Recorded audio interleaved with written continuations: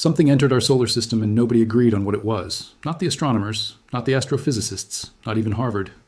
A single telescope in the Chilean desert caught the first glimpse, a faint smear of light moving against the stars with a trajectory that made every orbital model scream one word. Impossible. It wasn't from here. It had never been here. And the deeper scientists looked, the more the questions piled up faster than the answers. Then came the part nobody was reporting loudly enough. It wasn't alone. 9 mysterious objects were traveling with it through our solar system, and the silence from the world's most powerful space agencies was somehow louder than the discovery itself. This is the story they are still trying to explain. On the first day of July, 2025, an automated telescope array operated by the asteroid Terrestrial Impact Last Alert System, the program the world calls ATLAS, flagged something extraordinary from its station in Rio Hurtado, Chile. Pre-discovery observations later confirmed that the object had actually been drifting through detectable range since at least mid-June, hidden from earlier notice because it was passing directly in front of the Milky Way's dense galactic center, where its light was swallowed by the overwhelming background of billions of stars. Think about that for a moment. The most significant interstellar visitor in modern astronomical history was camouflaged not by distance, not by darkness, but by the sheer crowded brilliance of our own galaxy. It didn't want to be seen, or at least that's how it looked. Within hours of the first report reaching the Minor Planet Center, observatories across multiple continents began redirecting their instruments toward this new object. Follow-up confirmations came from the Zwicky Transient Facility in California, the Lowell Discovery Telescope in Arizona, and the Canada-France-Hawaii Telescope on Mauna Kea, all of which showed a marginal coma, a fuzzy envelope of gas and dust, with what appeared to be a tail-like elongation stretching 3 arc-seconds in angular length. It wasn't a rock. It was active. It was breathing. And the measurements of its path through space produced a number that stopped every planetary scientist in their tracks. The object's orbital eccentricity, the parameter that describes the shape of its trajectory, came in at 6, 141, making it not merely hyperbolic, not merely unbound from the sun's gravity, but the most eccentric interstellar object ever recorded, surpassing Oumuamua's eccentricity of 1.2 and Borisov's eccentricity of 3.4 by a staggering margin. For context, an eccentricity above 1. 0 means an object is moving too fast to be captured by the sun. An eccentricity of 6. 141 means it was never slowing down for anyone. It came from somewhere impossibly distant, traveling a path so straight and so fast that the math itself looks like a deliberate line drawn between the stars. NASA's Hubble Space Telescope captured an image of 3IATLAS on July 21st, 2025, revealing a teardrop-shaped cocoon of dust surrounding the comet's solid, icy nucleus. The object was 277 million miles from Earth at that point. Hubble had to track it moving across the background stars, and because of that velocity, the stars themselves blurred into streaks behind it, a visual that looked less like a comet and more like a spacecraft caught mid-warp in a science fiction film. But here's where it gets worse. The images were analyzed for the nucleus size, and observations indicated an upper limit on its diameter of 3. 5 miles, roughly 5. 6 kilometers, though the object could be as small as 1,444 feet across, something approximately the size of a mountain, traveling at speeds that dwarf anything humanity has ever launched, somehow carrying enough material to produce a coma visible across hundreds of millions of miles of space. The physics behind that alone began to push the boundaries of what scientists expected from a natural comet. And then came the speed. At its closest approach to the Sun, its perihelion, 3IATLAS was moving at roughly 250,000 kilometers per hour, the highest velocity ever recorded for a solar system visitor. Perihelion occurred on October 29, 2025, at a distance of approximately 36 astronomical units from the Sun, positioned between the orbits of Earth and Mars. The object had threaded the needle through our solar system's inner neighborhood with a precision that, to some researchers, looked less like randomness and more like intent. 3IATLAS's arrival time was described by Harvard astrophysicist Avi Loeb as being fine-tuned to bring the object within tens of millions of kilometers from both Mars and Jupiter, and to be completely unobservable from Earth during its perihelion passage, when it was at its closest point to the Sun and most likely to reveal its true nature. Read that again. The one moment when Earth's telescopes would most want to watch, the closest approach to the Sun, was precisely the moment the object disappeared behind it. The probability of that timing occurring by pure cosmic chance, according to Loeb's calculations, was 0. 0.5%. That is not 0, but it is not comfortable either. Now we have to talk about what was traveling with it, because this is the part that changed everything. While the world debated whether 3IATLAS was a comet, an asteroid, or something stranger, a quieter discovery was accumulating in the observational data. 9 secondary objects, faint, slow-moving, positioned in the orbital path of 3IATLAS as it carved through our solar system, were being tracked by ground-based observers and cross-referenced against archival telescope data. Should these 9 companions prove to be fragments, scientists would have a unique opportunity to observe how interstellar bodies disintegrate and evolve in real time. Should they be entirely separate objects, the find would fundamentally redefine our understanding of interstellar traffic in our cosmic neighborhood. Neither explanation is ordinary. Neither explanation is small. The question being asked in observatory control rooms across the world was not simply, what are these objects? It was, why are there 9 of them? Why are they here together? And why has no interstellar object ever arrived with company before? One leading possibility is fragmentation. Comets break apart. It is one of the most documented behaviors in small body astronomy. The previous interstellar comet, 2I Borisov, fragmented during its solar passage, a process described as quite usual for comets by planetary scientist Mikhail Bannister. But 2I Borisov arrived alone. It fractured during its visit. 3IATLAS, by contrast, appears to have arrived with its companions already in formation, objects positioned ahead and behind it along its trajectory in a pattern that does not neatly match the random distribution expected from a single disintegrating body. The second possibility is a cluster, an entire convoy of interstellar objects traveling through interstellar space in loose gravitational association, ejected together from some distant planetary system by a catastrophic event billions of years ago. The suggestion that our solar system is being visited not by a solitary rock, but by clusters of interstellar material raises profound new questions. Are such groupings common throughout the Milky Way? Could they be the remains of destroyed exoplanets or far-flung comet families dispersed by ancient stellar collisions? And the third possibility, the one that serious scientists are careful to frame as a hypothesis rather than a conclusion, is something else entirely, because nothing about 3IATLAS behaves the way it should. Harvard astrophysicist Avi Loeb cataloged its anomalies in ascending order of statistical probability, identifying a collection of properties that, taken individually, might each find a natural explanation, but taken together, produce a combined improbability that is difficult to dismiss with comfort. Consider the jets. During July and August of 2025, and again in early November, 3IATLAS displayed a prominent sunward jet, a stream of material pointing directly toward the sun, that astronomers confirmed was not an optical illusion caused by perspective, unlike similar apparent features seen in thousands of known solar system comets. A sunward jet from a comet is peculiar. Comets outgas away from the sun, driven by solar heat sublimating their icy surfaces. A jet pointing toward the sun is, in the language of orbital mechanics, the wrong direction. And yet there it was, collimated, tightly focused into a beam, stretching across 1 million kilometers of space while maintaining its orientation despite the rotation of the object itself.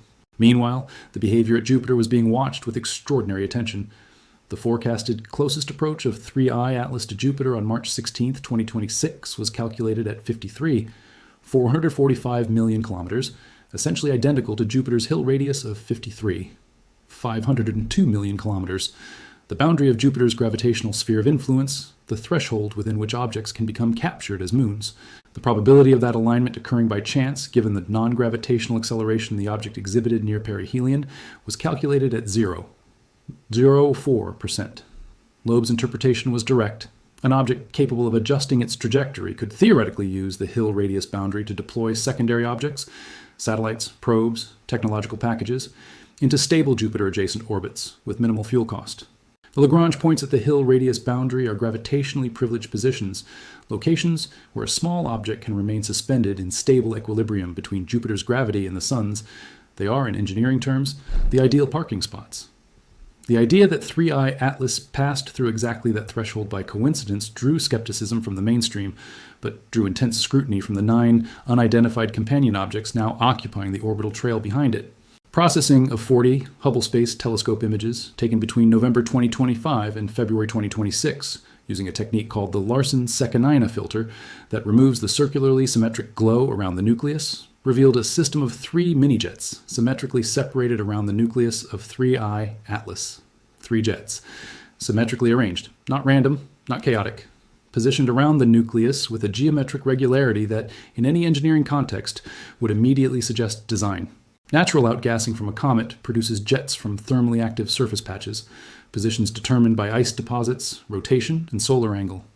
Symmetrically arranged jets maintained across millions of kilometers of space, firing in coordinated directions despite the object's own rotation, have no obvious precedent in the thousands of comets humanity has observed within our solar system. The gravitational deflection of 3IATLAS by 16 degrees at perihelion was found to be exactly twice the opening angle of the anti-tail before perihelion, a geometric relationship so precise that it strained the language of coincidence. Loeb's conclusion was not that 3IATLAS was definitively artificial. His conclusion was that the data deserved investigation without the reflexive dismissal that the phrase alien technology triggers in institutional science. By March 2026, 3IATLAS had made its closest pass by Jupiter and was accelerating away from the Sun at 60 kilometers per second. It will head out of the solar system in a nearly symmetric fashion to the way it arrived, never to return, leaving scientists to examine the data it left behind for years, possibly decades. The opportunity to send a spacecraft for a close intercept, to photograph it, sample it, or even attach a hitchhiker probe to its surface, had passed without being taken. Moving on a strict hyperbolic trajectory with more than enough velocity to permanently escape the Sun's gravity, the comet will leave the planetary region of our solar system by the early 2030s, heading permanently into interstellar space. It came from somewhere. It passed through. It left behind chemical anomalies, orbital puzzles, 9 unexplained companion objects, and a community of scientists who could not agree on what they had just witnessed. What the 9 objects are, fragments, companions, or something for which no adequate word yet exists in the vocabulary of planetary science, remains formally undetermined. The faintness of these secondary objects makes them difficult to characterize with current instruments, but forthcoming observations with tools like the James Webb Space Telescope are expected to deliver more precise data. Avi Loeb, when placing 3IATLAS on his classification scale, a spectrum ranging from 0 for natural comets to 10 for alien technology posing a direct threat to humanity, settled on a rank of 4, calling it only slightly less anomalous than Oumuamua, which displayed no cometary activity at all, and an even larger non-gravitational acceleration with no satisfying natural explanation. A rank of 4 is not an accusation. It is a probability distribution. It is a scientist's way of saying, I cannot rule this out, and the data prevents me from sleeping as soundly as I would like. The mainstream consensus remained firmly in the comet column. The chemical signatures, the hydroxyl detection, the methanol ratio, the water ice, all of it is consistent with a very unusual, very ancient natural body from an alien stellar system. But consistency is not proof, and the 9 companion objects have not been explained by cometary fragmentation models. They have not been sourced to a specific breakup event. They have not been accounted for in the orbital history reconstruction that tells us where 3IATLAS spent the last 3 to 11 billion years of its journey. Here is what is known with certainty. Something came into our solar system from interstellar space, traveling at a speed that would carry it from Earth to the Moon in under 90 minutes. It carried organic chemistry never seen in a natural solar system object. It carried water with isotope ratios pointing to a stellar nursery fundamentally unlike our own. It grew symmetrical jets that defied standard comet models. It passed Jupiter's gravitational sphere at an orbital distance coincident with the most strategically advantageous position in the Jovian system. It arrived from the approximate direction of the single most famous unresolved radio anomaly in human history. It was accompanied by 9 secondary objects whose nature remains formally unknown, and then it left, accelerating, outbound, gone into a darkness that no human instrument will ever reach in time. The question that remains, the question nobody's answering with enough urgency, is not whether 3IATLAS was natural or artificial. The question is what the 9 companions were. Because if 3IATLAS itself was a natural comet, the most chemically bizarre, orbitally peculiar, geometrically anomalous natural comet in recorded history, then what follows in its wake? Fragments of the same rock? A traveling family of exoplanetary debris? Or objects left behind deliberately in our solar system's outer reaches, placed at distances and positions that our telescopes will not fully map for another generation? The James Webb Space Telescope is being pointed at the trailing data. The calculations are being run again. The archival images are being reprocessed with filters that did not exist when the original data was collected. And somewhere beyond the orbit of Jupiter, moving at 60 kilometers per second into the outer solar system, 9 faint points of light are traveling through a darkness that no human technology can currently follow. Carrying answers to questions we are only beginning to ask precisely enough to deserve them. Whatever 3IATLAS was, it has already left. Whatever those 9 objects are, they remain. And the silence from the agencies responsible for monitoring our solar system's outer boundaries is the kind of silence that, historically, does not mean nothing is happening. It means someone is still deciding what to say. Lake Tahoe has the third highest amount of microplastics among 38 freshwater lakes and reservoirs studied globally, according to research published in the journal Nature. Third highest in the world. In a lake that is surrounded by protected land, visited by tens of millions of people who ostensibly love it, and guarded by an interlocking system of federal, state, and regional oversight bodies. The microplastics do not care about the oversight bodies. They do not care about the regulations. They enter the water, in the air, in the runoff, in the sediment, in the footwear and clothing and gear of every hiker and swimmer and boater who visits. And once they are in, they are extraordinarily difficult to remove. In the first study to systematically use scuba divers to survey litter on a lake bottom, researchers found an average of 83 pieces of plastic litter per kilometer of lakebed surveyed near the shoreline, and no stretch of the lakebed examined was free of plastic litter. The areas near Hidden Beach and South Sand Harbor showed significantly more, at 140 and 124 items per kilometer respectively. Nowhere clean. Not a single section, not one stretch of the most protected, most studied, most funded lake in the American West that was free of plastic debris. But here's the part of this story that does not get told enough, the part that lives underneath the environmental data and the contamination reports and the clarity measurements. The human part, although the Tahoe region is just 1/3 the size of Yosemite National Park, Lake Tahoe can see 3 times the visitation that Yosemite receives. Let that disproportion settle. 3 times the human pressure on 1/3 the space. Every summer, millions of people descend on a basin that the mountains were never designed to absorb at that scale. Every vehicle that drives the mountain roads deposits fine particulates. Every boat that cuts across the surface creates wake that disturbs the nearshore sediment. Every property that sits within the watershed generates the kind of runoff that no stormwater infrastructure, however sophisticated, can fully contain. And yet, the tension that defines the modern story of Lake Tahoe is not simply between humans and nature. It is between 2 competing human visions of what the lake is for. There are those who see it as an ecological sanctuary that happens to accommodate visitors, and there are those who see it as an economic engine that happens to have environmental protections layered over it. Many environmental and community groups have criticized the Tahoe Regional Planning Agency for allowing commercial development, tourism, and growth, arguing that the agency has gotten off track of its core mission, which is the lake and the quality of the lake water. The Tahoe Blue Event Center, a 5,200-seat arena that opened on the Nevada side, with a luxury condominium complex planned directly across the street, represents, to critics, precisely this kind of mission drift. You do not build a 5,200-seat arena next to a lake in ecological crisis because you are prioritizing the lake, and this tension is not going to resolve itself. If anything, the economics of the region make it harder, not easier, to put the lake first. The communities surrounding Tahoe depend on tourism. The hotels, the restaurants, the ski resorts, the rental properties, all of it runs on the lake's appeal. If the lake degrades further, the economic engine that sustains those communities degrades with it. But the actions required to protect the lake more aggressively, limiting development, restricting access, reducing visitation, holding industry accountable for historical contamination, threaten the economic infrastructure that funds the very conservation programs trying to save it. This is the trap, and no one has yet found the way out. In 2024, a bi-state effort to reduce pollution at Lake Tahoe prevented a record amount of fine-grained sediment and other pollutants from reaching the lake. An estimated 127,000 pounds of fine sediment, more than 5,800 pounds of nitrogen, and nearly 2,100 pounds of phosphorus were kept out of the water. Record reductions, historic achievements by the standards of the program. And yet, despite those record reductions, the lake's annual average clarity in 2024 was only 62 feet deep, shallower than the clarity levels recorded in 2023 and 2022. The effort was unprecedented. The result was a worse lake than the year before. Think about what that means. Not for the scientists or the policymakers, for you, for anyone who has stood on the shore of Lake Tahoe and felt something shift inside them, the feeling that beauty like this demands protection, that something this extraordinary must endure. Think about what it means to learn that the best effort in the history of the conservation program produced a lake that was, by its own key metric, worse than it had been the year before.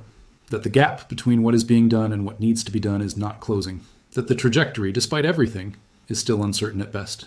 The scientific questions that must be answered now have to do with the flow and exchange of nutrients near the shoreline, where aquatic invasive species make their greatest impact, as well as the effects of algae and tiny organisms called phytoplankton on lake clarity.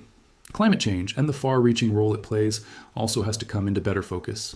These are the front lines of what is now, in effect, a war for the soul of one of America's most extraordinary natural landmarks. Not a metaphorical war, A scientific, regulatory, financial, and political battle being waged in real time by researchers, advocates, agencies, developers, governments, and communities who cannot fully agree on the terms of victory, or even on the definition of defeat. Keep Tahoe blue. What informed observers are watching most closely right now is not any single discovery or any single data point. It is the intersection, the place where every threat meets every other threat, where the corroding barrels meet the warming water, where the declining clarity meets the invasive species, where the record pollution reductions meet the worsening summer clarity, where the billions of dollars in conservation spending meet the stubborn, unchanging trend lines. Something is happening at that intersection that the models did not fully predict. The lake is not behaving the way it should behave given the interventions that have been applied, and that divergence between expectation and reality is, in the language of science, a very significant signal. The water of Lake Tahoe is, by some measures, still among the clearest natural water in the world. Its cobalt surface still catches the Sierra light in ways that stop people mid-sentence. Families still swim in it. Photographers still chase it at golden hour. And the lake still holds in its depths a darkness and a cold and a silence that nothing human has ever truly penetrated. But beneath that surface, beneath those staggering numbers and that breathtaking color, something is shifting. Something is changing faster than the programs designed to stop it. Something that was buried in the dark a long time ago is slowly, chemically, biologically, and climatologically working its way back toward the surface. The lake is beautiful. That has never been in question. But beauty, it turns out, is not the same as health. And looking pristine from the shoreline is not the same as being safe in the deep. Here is what nobody is yet prepared to answer. At what point does a lake of this scale, carrying this history of contamination, this accumulation of debris, this momentum of clarity loss, this weight of climate pressure, this complexity of political and economic conflict, at what point does a lake like that reach a threshold from which no amount of funding, no depth of scientific expertise, no strength of regulatory will can bring it fully back? Is there a number, a clarity depth, a contamination level, a temperature threshold, an invasive species density, at which Lake Tahoe tips from a lake being restored to a lake being managed in decline? Nobody wants to say it. But the data is starting to ask the question on its own. The water rose again in early 2026. Heavy winter storms pushed billions of gallons back into the basin. The levels recovered. The shoreline features that had emerged during lower water were submerged once more. The secrets went back under. And from the surface, from the shore, from the photographs taken in the morning light, Lake Tahoe looked exactly the way it always has. Stunning, impossibly blue. A jewel set into the Sierra Nevada like something that belongs to a world better than this one. But the barrels are still there. The sediment is still contaminated. The clarity is still plateaued below what it once was. The invasive species are still competing. The algae is still watching for warmer water. The snowmelt is still arriving earlier than it should. And somewhere in the deep, in the total darkness and the crushing cold where no sunlight ever reaches, the archive continues to hold what was placed in it, waiting. The question is not whether Lake Tahoe has secrets. We know now that it does. The question is not whether those secrets have consequences. We know now that they do. The real question, the one that no one is fully answering, is whether we arrived at the moment of reckoning in time, or whether the most beautiful lake in America has already begun, slowly and silently and invisibly, to tell us something we are not yet ready to hear.